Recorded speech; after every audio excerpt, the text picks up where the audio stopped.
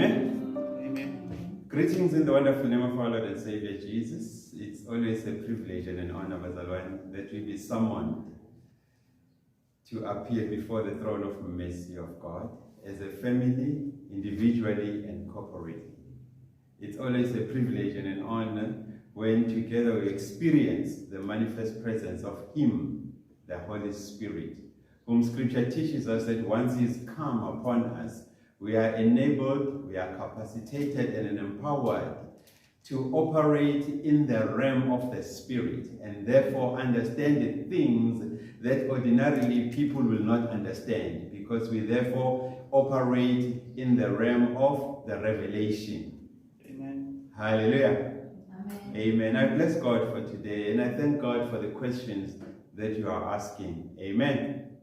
And I love the question that was asked by my daughter, my little girl, asking the gender of God. Amen. Amen. Hallelujah. Now, we as a people, thina njengabantu, our language is very limited when it comes to defining, when it comes to ofakaza, uNkulunkulu. Amen? Amen. When it comes to describing who God is, it is very limited. But I bless God that in our language, there is also this thing we call poetic language. La sebenzisa khona poetry, la sebenzisa khona izaga, in order to try and explain ukuthi uNkulunkulu ubani. Amen. Amen. That is why you will find in our different cultures and different backgrounds, sinamagama, we have names that we use to define as well as describe who God is. Amen. Amen. Please forgive us, we don't have electricity today, we are on load shedding, and therefore the quality and the sound of the video may be low. Amen. But I believe you will understand. Hallelujah.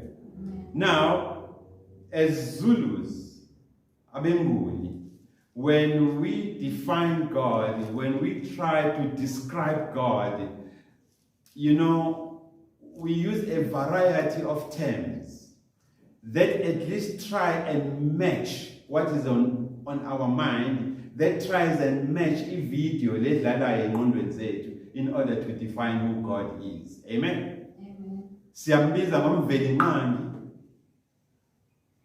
Because He existed before the world was and before we were.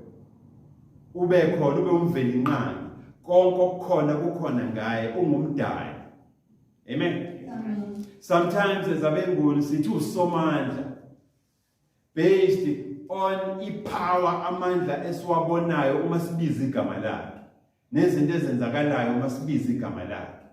Amen. Sometimes sithi uNkulunkulu, umuntu omkhulu ngokukhulu ngoba ekukhulu kunokukhulu. Yabona? Kwasoshangane sithi isikwembu. Yabona? Intombi ekwazi ukuyichaza isikwembu lesi. Yabo? Kwamanye ama-language sithi molimo. Yabo? Because He is not madimo, akalona idlozi. Yabona? He is way beyond even that which we respect and give credit to, which is badimo amadlozi, abomajomani. Amen. Amen. So now understand. Now, in our limited language, we're coming from our setups a family where ubaba a head of the house. Amen. So ngaleyo ndlela, it has been embedded kuchalekile kulibompilo lethu in our DNA that a leader of a family, a leader yomndeni is a he. Yabona? Hence, since uNkulunkulu uvela inqangi and a leader yomndeni wakhe, which is abantu, we find comfort ukurelate naye as a he. Ngoba uyi-leader, uyikhanda lebandla. Amen. Yayibona le? So we're not really interested in gender, but we're interested in the position, the power, the glory, and the majesty kaNkulunkulu. And all that is captured in our limited understanding and knowledge in the He. Amen. And that is why kungeyizi ukwamukela if kuzoqhamuka isizwe esithile esizothi lay a claim on the nature of God, that would lay a claim on the bloodline of God. Amen.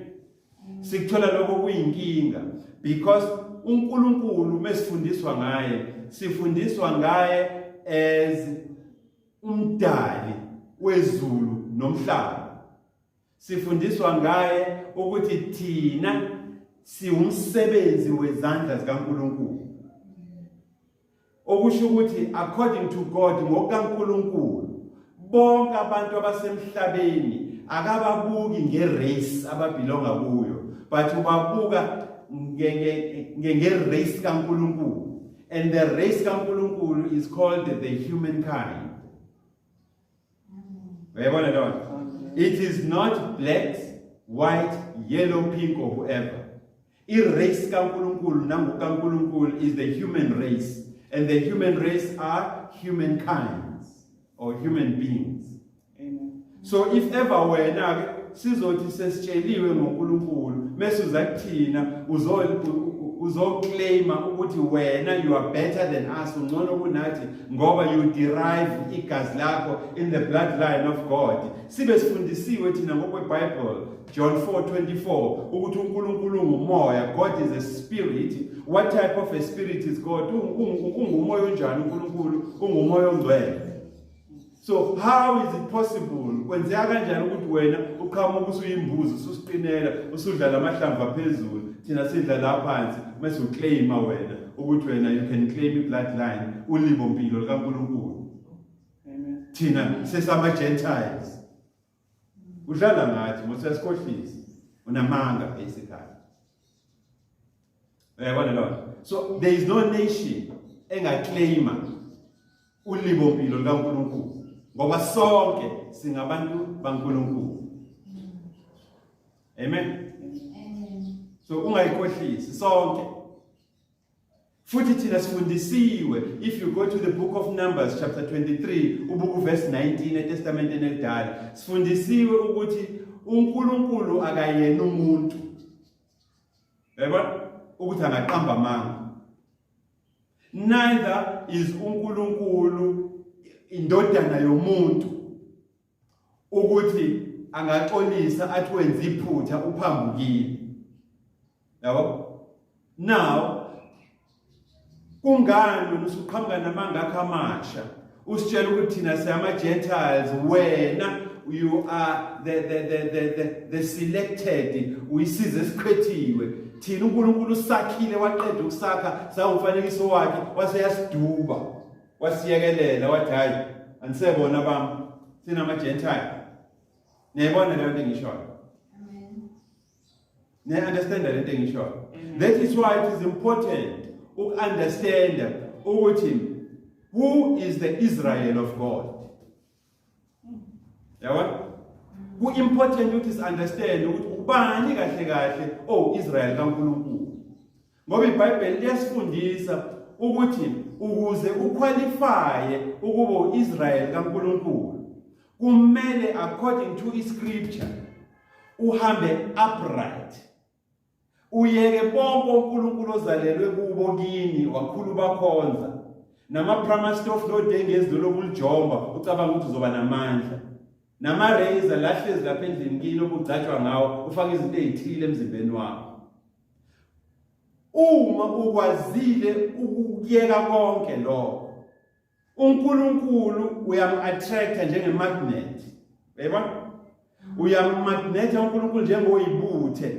Uyithola uNkulunkulu eba-personal nawe ukuthi my God, you are a conqueror wena. Uyini? Conqueror. Umnqobi. Yabona? Ukwaze ukuthi cross over from usiko lakho weza kimi Ukusho ukuthi ngempela uphethe wena uphethe isambulo ngami. Ngaleyo ndlela ke nami ke sengizokwambulela ngokuthi mina ngubani ezonkulunkulu. Ukuze ungabusaba ordinary ufane nalabo abanye abangaka cross over. Yabona abangakaweleli ngaphesheya. So ngamafishane igama again elithi Israel. Uma tracer from the old scriptures, silibheka embhalweni emdala, sithola ukuthi it is not Israel, instead it's the Yasharel. The ones who are called to walk upright with God. Bavuma. Basebe ena i-title, basebe thola i-title ne-title lokubizwa ngabantwana bakaNkulunkulu. Yabona? Abaningi bethu einkonzweni bazi ukuthi uAbrahama Israel as a race. Kanti cha. Iscripture lapha kuGenesis, uma kuya kuGenesis chapter 12. Hallelujah. Amen. Iscripture lapha kuGenesis uma kuya ku chapter 12. Siyasifundisa ukuthi uAbrahama uyini. Chapter 11. Amen. Siyasifundisa moya lapha kuGenesis chapter 11 ubheka ukuthi uAbrahama Israel as a race noma uYasharel kaNkulunkulu, a person who was called to walk upright, umuntu owabiza wasabela kuNkulunkulu ukuthi ahambe aqonde phambi kwaNkulunkulu, across over, ashiye konke lokho abekukhonza nazalo ekukhonza kuwo. Yayizwa leyo? So ngamafishane uma Israel kaNkulunkulu, you are a person ohamba njani aqonde futhi umuntu wena ose cross over, osewelile from past okuyona. Yabona? Uzothola amagama engiwasebenzisayo aseyasetshenziswa today njengobani o repent, obani o born again, obani uyayibona lesi ngisho. But mina ngifuna sitrace lento from the beginning ukuze we understand ngokuphelele. Yayibona lento. So if let's take for example uAbraham. uAbraham before uAbraham ubebizwa ngoAbraham ngithi Abraham ezalo ubani uTera uyise. Now imbhalo engcwele iyasifundisa, scripture teaches us ukuthi uAbraham uqhamukapi endaweni ebizwa ngeUr. Yabona? Ezweni lama-Chaldeans. Upastor Twala uyini? Upastor Twala uqhamukapi eMlazi. You understand? Endaweni ebizwa ngokwaZulu Natal, indawo yani yamaZulu. Angazi masezwana yini? Yes. Amen. Nezwa lento ngisho. Yes. uAbraham is from Ur of the Chaldeans. Nathi Twala ungumZulu wakwaZulu Natal. Angazi mangichaza kahle yini? Yes. Yabona? Now uAbraham waba nesikhathi, a moment of truth noNkulunkulu, ngokuchallenge oNkulunkulu bababwakhe uTera. Ayebabazile abakhulu labancane ngokuthi athi ake ngibone labo oNkulunkulu esibakhonzayo la ekhaya bayasebenza yini. Akashunyayezwanga umuntu. But ebunganeni bakhe wafikela ukuba inquisitive, just like abaningi bethu abashunyayezwanga ukuthi bazababa bazalwane. Abaningi bethu baba ne moment of truth nje noNkulunkulu sisodwa. Yabona? Wacela umama wakhe ukuthi manje ngicela upheke ukudla okumnandi, ushaye nje isithulu sembuzi, ngifuna ukuyophakela uNkulunkulu bababa. Yabona? Ngibakhombise uthando enginalo nenhlonipho enginayo for bona. Yabona le? Now umama mekwenza konke lokhu uyakuthatha ukudla ongena nawo kunwa kamnandi, kunogarlic, kunesishu nje esimnandi, but uNkulunkulu bamile the same way abamingayo abenzi lutho abayo. Yabo? Mhlawumbe kusho ukuthi ukudla kupreparewanga kahle. Ake sibone uma sizama ngenye indlela kuzokwenzeka kanjani. Yabo, still abadli. Awuthi esuka lapho ebafaka induku. Abavika benza ilutho. Yabo, waseshiya lomkhulu, wamshiya ephethe inkunzi yewisa. Mefika ubaba wakhe, ufica ababo uNkulunkulu bafile. Kwenze njani la? Ngoba uthe the time ephuma yena kule ndlela noNkulunkulu baba wakhe wayengena, wambiza athe wena, yini lo yenzayo la?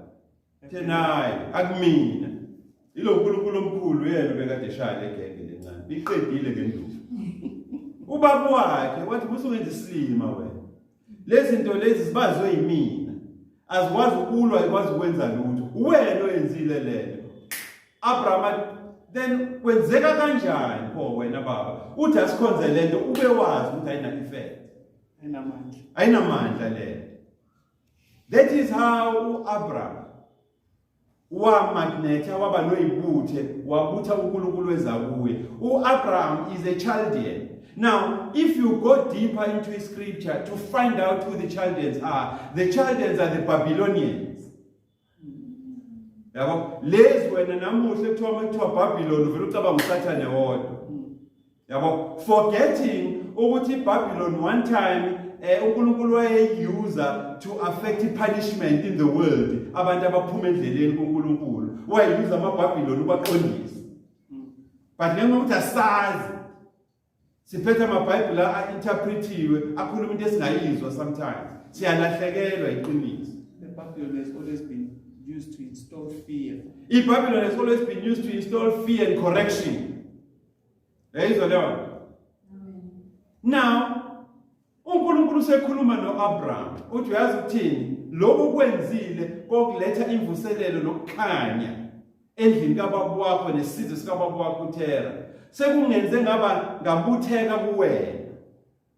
Ngaleyo ndlela kuwe ngizofoma isizwe sabantu bami esicrosse over sashiya lezi zinto bekade siyikhonza and lesizwe ngizosibiza ngobani ngeYasharel ngoIsrael uIsrael kaNkulunkulu hayi lo ka1948 we history losu le osuclaima ibloodline kababa uNkulunkulu yethu uNkulunkulu is a spirit. Niyayizwa lento bakwethu? This is scriptural. Yabo? That is why abaningi bethu uma sesikwazile ukuthi uNkulunkulu uthi abekithi aphile kithi nathi siphile kuye namagama ethu ayashintsha. Uba uAbraham but masuhlangene noNkulunkulu ube uAbraham. Uyabona leyo? Uba yini uba ugwaza stereka uzuduma ukuthi wena ugwaza stereka unjandini. Yabona? Unjandini wena unongoloza ngakini. But unethi uma kwena uKristu njengenkosi nomsindisi lawo magama aphele immediately. Ngisho kuthiwa kade ubizwa ngomthakathi. Ube negama elisho kuyilona ngempela kuyigama lakho. Ukuthi akukhule kanje. Ubongani lo? Now understand what I'm saying? Amen. Because not. But there was a time lawo magama bengasetshenziswa kwena. Ayiqanjwe kuwena prophetically by abazali bakho. Because busunjandini, sunongoloza. Uyabona lento ngisho. So asik understand ke lokho. Ukuthi the Israel of God, hayi the country and the people abakwi country as speak, abantu abavumile ukubizwa babizeka base bemukela futhi ukuthi uNkulunkulu uNkulunkulu ngaphezulu kwabo konke ababekwazi ukuthi uNkulunkulu. Yabona konke kwakhiwe ngezandla akufiki lo nkulunkulu lo uNkulunkulu. Now understand lento ngisho bakwethu. Amen. But eBhayibhelini lakho elinezincwadi ezu66 akukho lokho. That is why thina as the sanctuary uNkulunkulu sambulele ukuthi asingagcini ukufunda lezincwadi ezilimited ezibhalwe zine agenda phakathi zisibize ngama Gentiles. Ngabantu bezizwe sibe sidalwe uNkulunkulu saba isizwe. But all of a sudden uNkulunkulu asenendaba nathi sesibukela la. Hayi man. Now understand what I'm saying? Amen. Nayibona lento bafowethu. Sonke sidalwe uNkulunkulu. We are the workmanship of God. But all of a sudden, sekukhona abantu abathi uNkulunkulu uphume neqhubu nabo. Washiya sonke thina, waconcentrate kubona baba isizwe esikhethekile. Ngoba begezeke. Amen. All of a sudden thina asa-includiwe kwi-commonwealth kaNkulunkulu. Asibalo kanjani? Because uma kuwukuthi uNkulunkulu wethu unocalucalulo, then he cannot be a God. Ngeke azabe uNkulunkulu enocalucalulo. He can't be a God. Ngeke azabe uNkulunkulu racist. Sonke kuyena siyalingana, siyafana, somsebenzi wezandla zakhe. So noma ubani ozofika semenza i-racist, lo muntu is a liar. That is why uPaul ethi noma ubani, ngisho angayibiza ngengelosi ephuma phezulu ezulwini kuJehova. Ngisho angayibiza ngomprofeti, ngisho angayibiza ngisho nangoJesu, uma kuwukuthi igospel afika nayo, imfundiso afika nazo cannot be audited, zibe verified la. Then lo muntu is accursed. Kufanele simfight, silwe naye ngeqiniso kaNkulunkulu. Yabo? He is accursed. They understand what I'm saying? Amen. Does it make sense? So once umukela uKristu njengenkosi nomsindisi, wena usuyiyasharel the Israel kaNkulunkulu. Yabo? That is why kufanele siphinde sikwazi ukuchaza according to the book of Revelation. Umuntu mekubuza ukuthi awusho mekuthiwa sifuna ukunderstanda njengomJuda wena. What type of a Jew are you? Yabo? Ungabi nenkinga yokuthi okay, uma wena ukholo lakho njengomuntu omnyama selikwenzela believe ukuthi amaJuda iwona wona. Lalela ke thina siphethe isambulo nemfihlakalo yensindiso neqiniso. Mina umJuda enguyena, angiyona lenhlobo yomJuda ngaphandle. But ngile nhlobo yomJuda kuphi? Ngaphakathi. So already in case ubufuna ukuthi uyangitwista uyangibamba ukuthi njengokuthi ke nawo Israel, what type of an Israel are you? I'm an Israel that ongenziwa ngezinto zosiko ngaphandle aze asikwe ijwabu. But mina yami circumcision isiyenziwe ubaba uNkulunkulu ngesandla sakhe sikamoya, and akayenza ejwabini, uyenze kuphi? Enhliziyweni. Uyena uNkulunkulu ke lo esikhuluma ngaye la esanctuary. Hayi racist. Odmesibuka buka ama-Gentiles, abuka izinto engaphandle kwe-Commonwealth. Yeah. That is why umthandazo owenziwa la esanctuary awudelay, uyaphendulwa ASAP. Ngoba suke sikhuluma nobaba wethu osezulwini. Hayi ubaba wabanye abantu. Thina esama-Gentiles efuna siphaphathe emaJuda ukuze sikwazi ukufinyelela kuyena. Hamba noNkulunkulu wakho amaJuda. That is why abaningi bethu bebemla emapulpiti sishumayela ipolitics thina esidudulayo esitshela ukuthi nibhizi nishumayela ngathi nanithola nowenu uNkulunkulu. Abanye bena abake bavakasha kaSirayeli bebayohamba la bahamba khona uJesu baphuza amanzi la uJesu ageza khona. Niyaxoshwa lapha nibuza ukuthi nayihlupha ninayixuza nendawo ethi hambani nanike yenu ningabe noNkulunkulu. Hallelujah. Bathi ezinye iphuphu neyiwula zizeyidayiselwa amanzi and ziyazi ukuthi awukho umfula omile ukuze umfula ubizwa ngomfula ingoba uyahamba. So ngeke uthola amanzi anyathele uJesu umoya kaIsrael namhlanje ahamba. Mhlamba senwabe nje wakhuluma nawo resankonje. Asedudu. Asestende. But usugibelile wayale. But ama-tributaries imfula nemfudlana kuyahlangana somewhere at the end of the day funeka uyelwane. Ubhizi uthenga amanzi lapha. Ngani?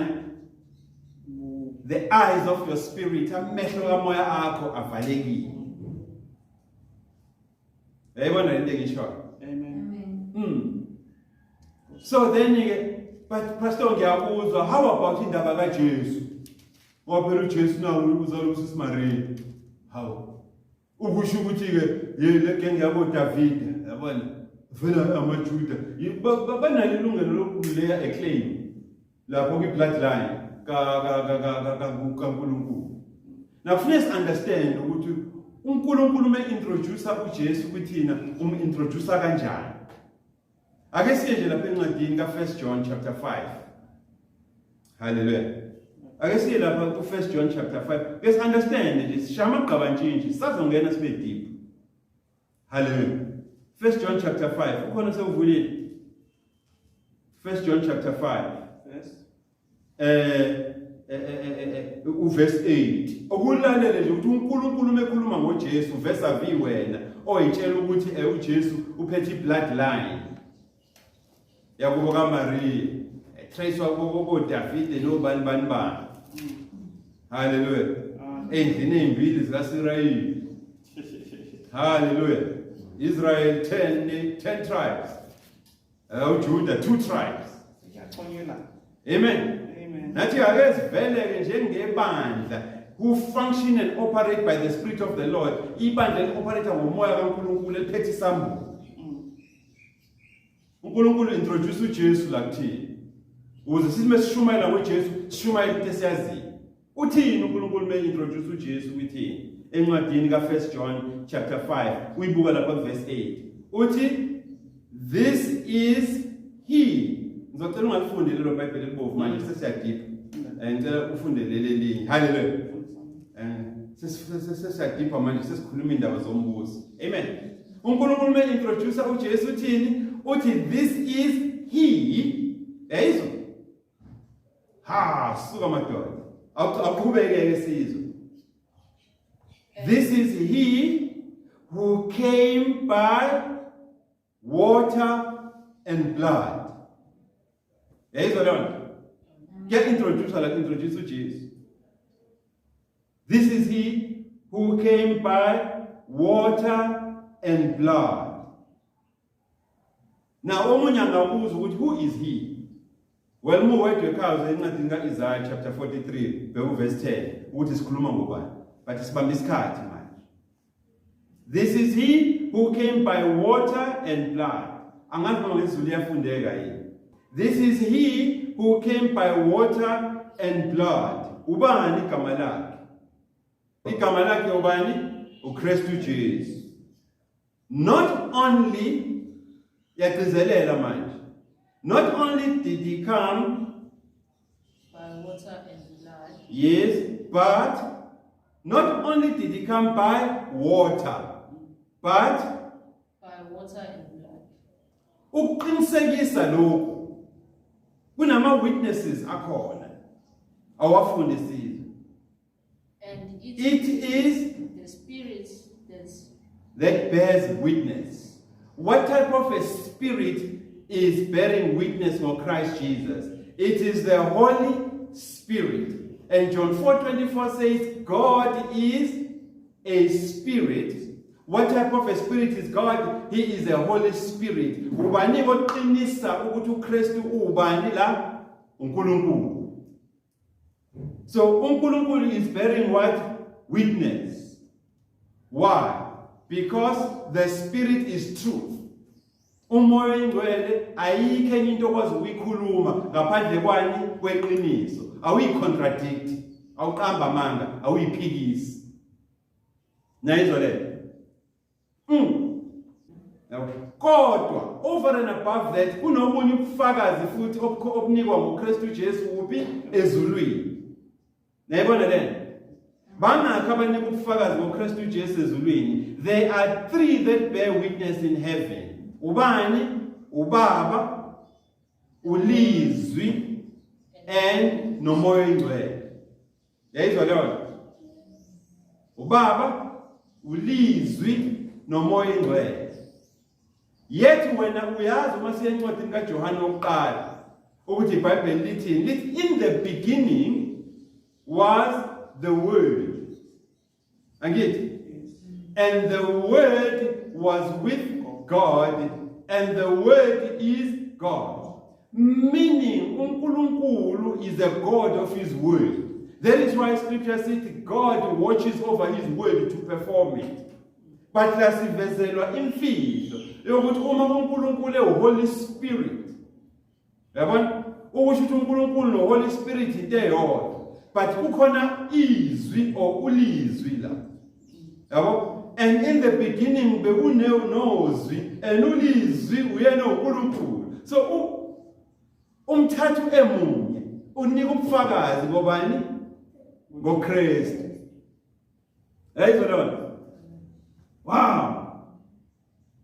That is why scripture says these three, the Father, the Word, and the Holy Spirit are one. Bawumuntu oyedwa. And bayavumela. And bayavumelana kuphikiswana. And akukaneli kusakhona okunye ubufakazi ofune vele ngoKristu Jesu 14 ke manje esila emhlabeni esifuna ukwazi kabanzi ngaye. IBhayibheli lithi lapha ku verse 8 lithi also there are three that bear witness la emhlabeni. Ubani again? The Spirit who is holy, the Holy Spirit, the water and the blood. And you and I knows ukuthi la emhlabeni ngaphandle kwegazi there is no life. Igazi is the source of life la emhlabeni. Futhi la emhlabeni siyazi ukuthi uma amanzi engekho kwagazi lelo li source of life lelo libe khona. Yes? This is a church that is founded upon the truth of God. You understand? Asikhulumi la is-university les-college. But sikhuluma ngo i-scripture as is, ne-revelation uNkulunkulu asambuleleyo esingayiyelanga esikoleni. Efika through obedience. Hallelujah. Again, even laba bathathu la emhlabeni, the Spirit, the water and the blood, they are in agreement. They are one, they are in agreement. Now think about this. Ukuze understand ukuthi uKristu ubani. Kungani engabanga entangled kuzinto thina esiba entangled kuzona ezabantu. Amen. Wena mukhulelwe. Hallelujah. But wintombazane iphethe kahle. Kwenzeka iphutha. Walingeka waganga wamitha. Amen. Amen. Umndeni wakho, uma wakho no anti bakho no bani bayakubuza ukuthi awushoke wethoko. Ukhulelise ubani wena? Uthi wena ngikhulelise uDumsane wakaNgcobo. Amen. Amen. Mase uyasuka umndeni wakaThwala uhamba nothoko ingane yabo umisa kuphi kwaNgcobo. Kufike kunokwe kuthiwe silethe umonakalo odalwe ingane la ekhaya. kuJesu lawo magama wasebenzi akushiyo ukuthi kunomonakalo osuwenzekile la ekhaya. Yayizwa lapho? Amen. Anganone understand in the part. Lawo magama asetshenziswa emhlabeni awasetshenzisiwe kuJesu. May introduce to us, this is he who came by water and blood. Not only water, but water and blood. And with a witness by him, the Spirit himself, Holy Spirit. And there is witnessing phezulu ekhaya ezulwini by ubaba ulizwi nomoya. And as if that is not enough, nasemhlabeni kunobufakazi futhi obuthathu ngoKristu Jesu. Ubani? Ubaba uqobo lakhe who is the Spirit, the blood and the water. And zonke lezi zinto they are one and they are in agreement akuphilisana. Yayizwa lona? But thina mesihambisa wena lapha sifike ngenxa asinayo ishow ukuthi sitshela iqiniso yini noma cha. Yabona lento? Sikhambise singenalo iqiniso ukuthi ngempela ngempela umithiswe la. Mesifika lapha kaNgcobo sithi silethe umonakalo. Hayi umama la ekhaya nogogo bala ekhaya no anti bala ekhaya. Baqale bakhuluma amagama angemnandi kithina bakaThwala. Bathi Dumsane, Dumsane. Uyamazi lo ntombazane yabo ngiyamazi. Uyini naye? Hayi intombi yami. Oh, okay. Bese nenzani naye? Bese nilala. Hayi sike salala nje kabili kathathu. Uyambona manje already yakuphika, but akafuni ukukhombisa ukuthi akathembi ukuthi uyena. The fact that usukhulelwa akasafuni ukukuthemba. The time wakhulelwa bekuthemba kubiza ngentombi yakhe. Is everything in short? This is Holy Spirit speaking. Kulethwe la umonakalo ukuthi udalo wena. Uyavuma ukuthi wena hey angazi.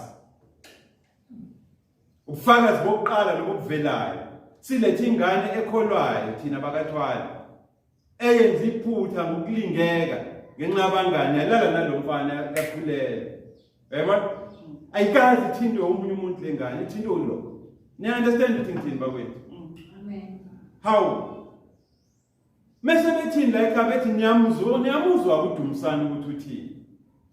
Ukusho ukuthi ke siyeza ukuthi nilethe umonakalo but sizobona ngani ngengane. Now tshela mina imessage ethunyelwe uDumisani enganeni yethu eyaziyo ukuthi akekho omunye umuntu engithandana naye ngaphandle kwalo. Ukusho ukuthi uDumisani uyibiza ngani lengane? Ngesifebe. Hayi manje asikhuluma iqiniso. Kuthi lengane iyaphinga lengane. Akuyena yedwa kuyona. So uDumisani usipheyintela leyo picture ngengane yethu. Ukuthi lengane yena enithembayo ucabanga ukuthi mina ngedwa angingedwa kuyona. Ibe lengane yona iyona eneqiniso kuwe. Yabo? Uma siphuma la thina kwaNdlovu noTho endleleni sesiyamthethisa. Sithi wangasise endaweni owaziyo wena ukuthi ukhuleliswe kuyona. Senzani manje kuthiwa si inflict more pain. Already say humiliatekile, uhumiliate lenja. You understand what I'm saying? Amen. Embize ngegama angakaza azalenze. Yabona? Simtshese sise la khuleliswe khona athi ayikho enye indawo. Because benginyisa anywhere sizoqamba manga and angeke ngikwazi uqamba manga akekho omunye ngaphandle kwakho. Bese okay fine sobona ngengane. Yabo? Ifika ingane emhlabeni ihanjiswe lapha kaNdlovu sekhona ogogo bakhona nokanti bakhona nomalume bakhona. What do they do enganeni? Bafuna ubufakazi besibongo sala ekhaya. Hayi man. Mase bakhona abantu abazoclaima in-nature and the bloodline kaKristu Jesu. Impossible. Ngeke. Ngoba indlela thina sinika ngayo ubufakazi ngengane ayifani nendlela uNkulunkulu afakaza ngayo ngoKristu. Uma silethe ingane la sifike siyibanika yona bayayivula bakwethu. Omunye ayibheka inzwana, omunye ayibheka indlebe, omunye ayibheka amehlo. Mase benika ubufakazi bethi hayi lengane impofu la ekhaya simnyama. Hallelujah. But la ekhaya simnyama lengane impofu. Hayi ngisho kuthiwa impela ngoba noma uZebuloni noma wayekhanya wayengakhanyi kanje. Incane lengane. Yabona? Amen. Bathi thina ezala ekhaya ingane zineindlebe ezimi kanje. Zinenyawo ezimi kanje meyiseyincane. Kunika ubufakazi ngoKristu kwenziwanga lo. Kwafakaza izwi. Wayizwa lento? Amen. Ngoba is not an ordinary person otholakale ngokuthi ubaba noma babe sekamereni. Yes. This is he who came by water and blood. uNkulunkulu wavula isinye. Amen. Amen. Not only did he come by water, but water and blood. And water is what sustains the blood, and blood is what sustains life. That is why even esiphambanweni, uma uKristu eqedela umsebenzi wakhe wasesiphambanweni, kwamele ukuthi kuphume ini kuyena igazi namanzi. Ukuze uphelelise umsebenzi. Wopha igazi laphela kwaphumani amanzi zahlanzwe izono zethu. Now understand what I'm saying? Amen. So mase bakhona umuntu ozoclaima ke ukuthi yena uphethe ulibo mpilo likaKristu engenziwanga ngewill kababa noma. It's a different story la. Iwill kaNkulunkulu esebenza la. That is why now uma siya lapha kuJohane, hayi man asibambeni masinyane lento ingazinilahlekele. Hallelujah. Matthew, Mark, Luke, John. Hallelujah. Chapter 1. Matthew, Mark, Luke, John. Chapter 1. Hallelujah. Now, umufunda lapha ku verse 10. Verse 10 uthi mefika uKristu la emhlabeni ulizwe. The world ayimamukelanga because bebengamanzi. Yabona? Umefika kulo kuyasharel kaNkulunkulu kumndeni uNkulunkulu ayobeka eceleni ukuthi kube wona ngena ngawo emhlabeni. Ilithi iBhayibheli la even his own nabo abamukelanga. But lalela ke thina ke esesizalwe after uKristu eseshonile. In scripture city, but as many as received him, angazi lichaza ngithini ngesiZulu. As many as received him, to them uNkulunkulu gave the right to become children. Children of God, abantwana bakaNkulunkulu. So akudingekanga, just like uAbraham, akudingekanga ukuthi azazalwe endaweni ethile. But ukwamukela kwakhe ukuthi there is a greater God bigger than the gods of my fathers. Kwamnika ilungelo wamagneta wabutha uNkulunkulu kuye wabutheka naye kuye. uNkulunkulu wasemnika igama wathi manje usuyini wena yami usumntwana wami. I rejoice ngawe.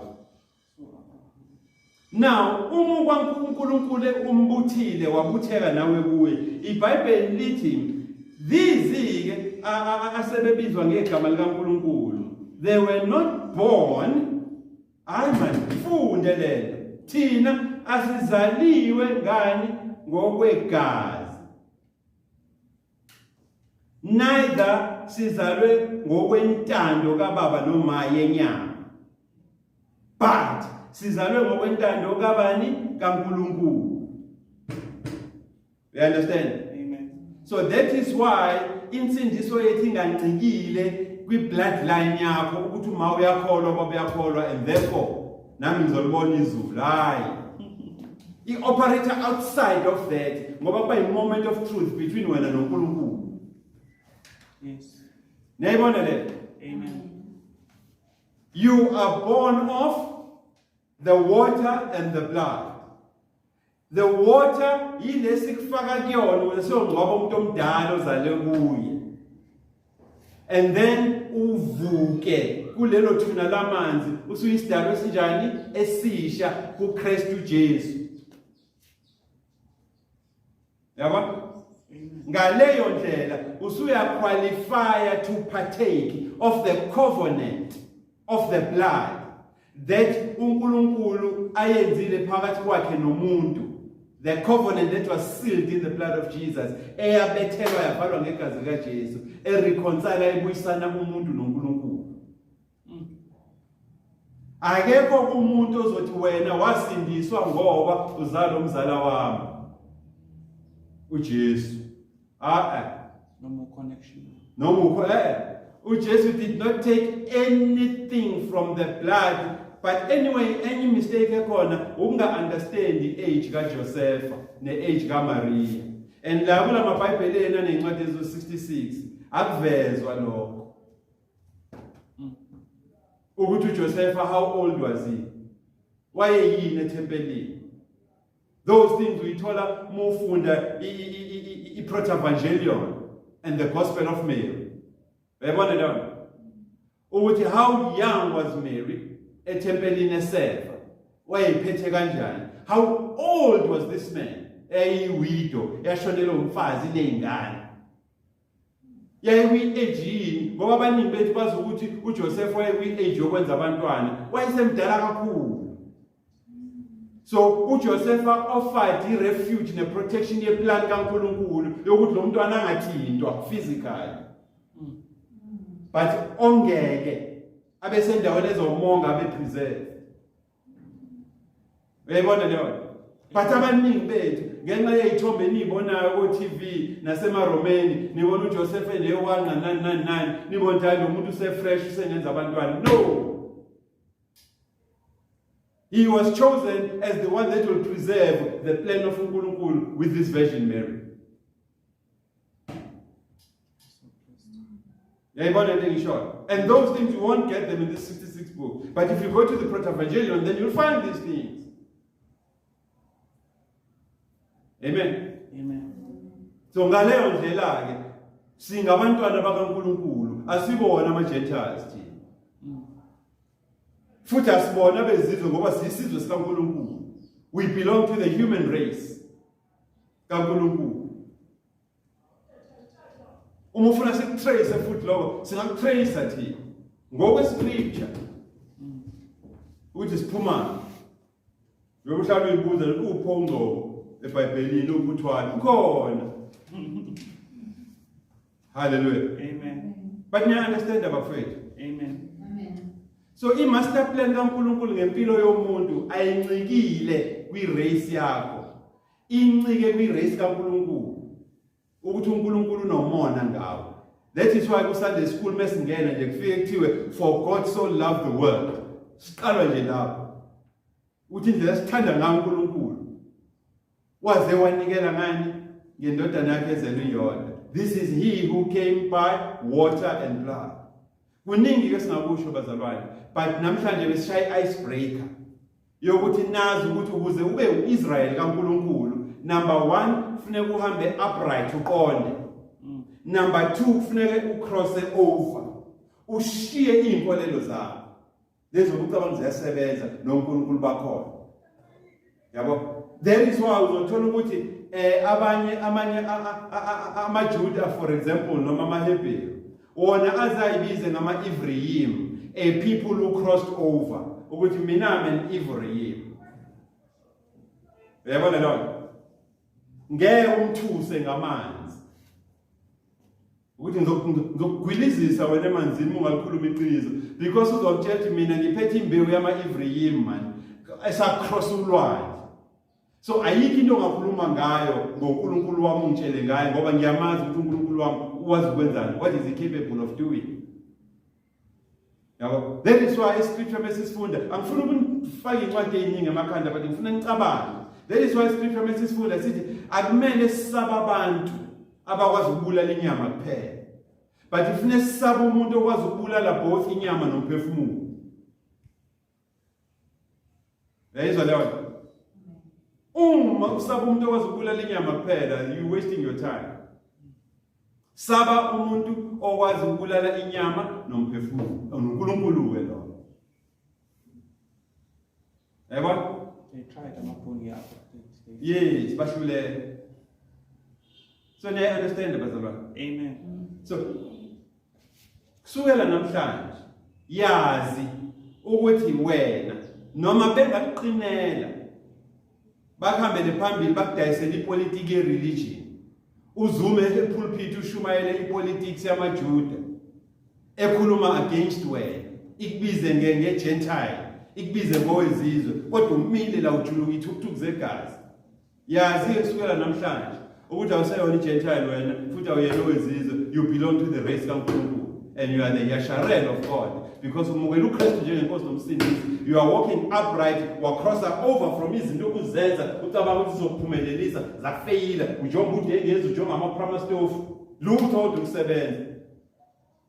Wadla impande ulala abantu ucabanga ukuthi impande izokukhipha ejele waboshwa udilika ejele nempande isemlonyeni ngaphansi kolimi. Yiwo nje usejele wafika wakhetha inkosi wahlangana noKristu uJesu wakhafula impande. Hallelujah. Amen. You are the Yasharel of God, a special breed of people, a royal priesthood of God, whom God has set apart to establish his kingdom on this earth. Amen. Hallelujah. So uNkulunkulu nemicabango emihle ngawe mfowethu. He's got good and perfect plans concerning you. And these are the plans not to harm you, but to prosper you and launch you into a higher dimension of glory so that God be glorified in you and through you.